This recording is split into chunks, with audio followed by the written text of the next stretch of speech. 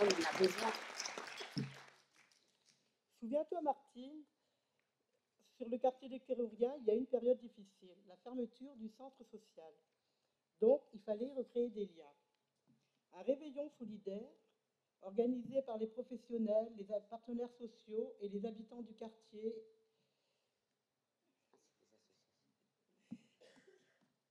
Oui, avec les associations aussi, Maria. Et les associations. Ouais, c'est vrai que ça a été une réussite. Alors, pardon.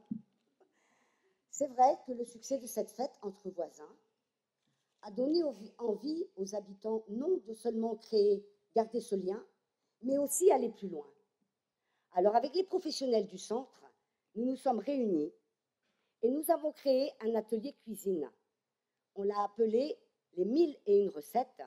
La diversité nous rassemble en s'inspirant de la mixité de la population du quartier. Car la cuisine, c'est aussi un excellent moyen pour recréer du lien.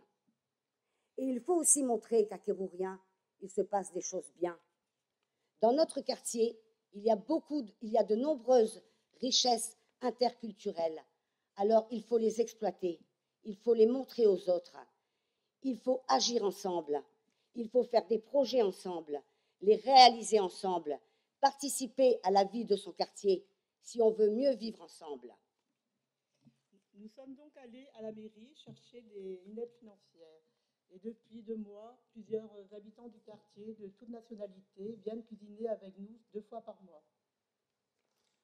Alors on se retrouve, chacune avec son savoir-faire, ses recettes. Et nous voyageons de pays en pays.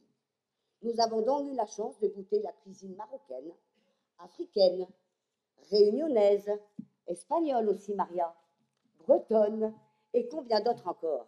Et ce n'est pas fini. Et quand on n'a pas d'ambassadrice pour représenter un pays, c'est toi, Maria, qui deviens notre top chef.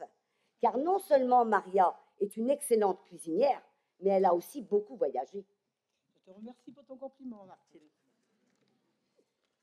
J'ai vécu en Espagne, à Tahiti, à l'île de la Réunion et dans d'autres provinces de France. Et chaque fois, j'ai ramené des recettes dans mes valises. Alors, bien sûr, quand on se retrouve à l'atelier cuisine le jeudi, on discute ensemble. On parle de nos traditions, de nos coutumes, de nos enfants, de nos petits-enfants. C'est un moment de détente et d'enrichissement pour nous toutes. Et il y a aussi des habitants du quartier qui viennent non seulement pour apprendre à cuisiner, mais tout simplement pour mieux apprendre le français. D'autres pour rompre leur solitude. Et petit à petit, elles entrent dans le groupe en se retrouvant avec d'autres personnes, en déjeunant avec d'autres personnes le midi et en retrouvant le goût de sortir et surtout de s'occuper. Et ça aussi, c'est important. On fait aussi des rencontres intéressantes, car des invités viennent manger avec nous. Avec les petits bénéfices, on avait fait, non Marie, on a fait des petits bénéfices quand même. Et avec les bénéfices, on achète des petites barquettes là qu'on vend là. Et ben c'est vrai qu'on vend des petites barquettes quand il y a des restes. Chez nous, on gaspille pas. Hein. Quand il y a des restes de plats, on met dans les barquettes, on les vend. Et avec ces petits bénéfices, on a acheté un robot multifonction, Maria, depuis le temps qu'on l'attendait. Écoutez, c'est simple. On cuisine 2 jeudis par mois.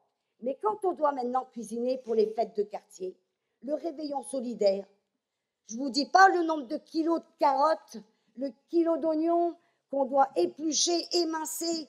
Quel boulot! Alors merci, robot. Et d'ailleurs, on l'aime tellement bien, Maria, on lui a donné un nom. On le dit? Oh, c'est un peu enfantin. Mais alors, on est là pour rigoler, hein. Ça fait du bien. Eh bien, on l'a appelé Arc-en-Ciel. Pourquoi Arc-en-Ciel, vous allez me demander? Eh bien, parce qu'on habite dans un quartier coloré. Un beau nom pour un beau quartier. Mais notre projet ne s'arrête pas là, car il y a une deuxième partie. Alors, nous allons faire un livre de recettes, avec toutes les recettes, bien sûr, que nous avons réalisées ensemble.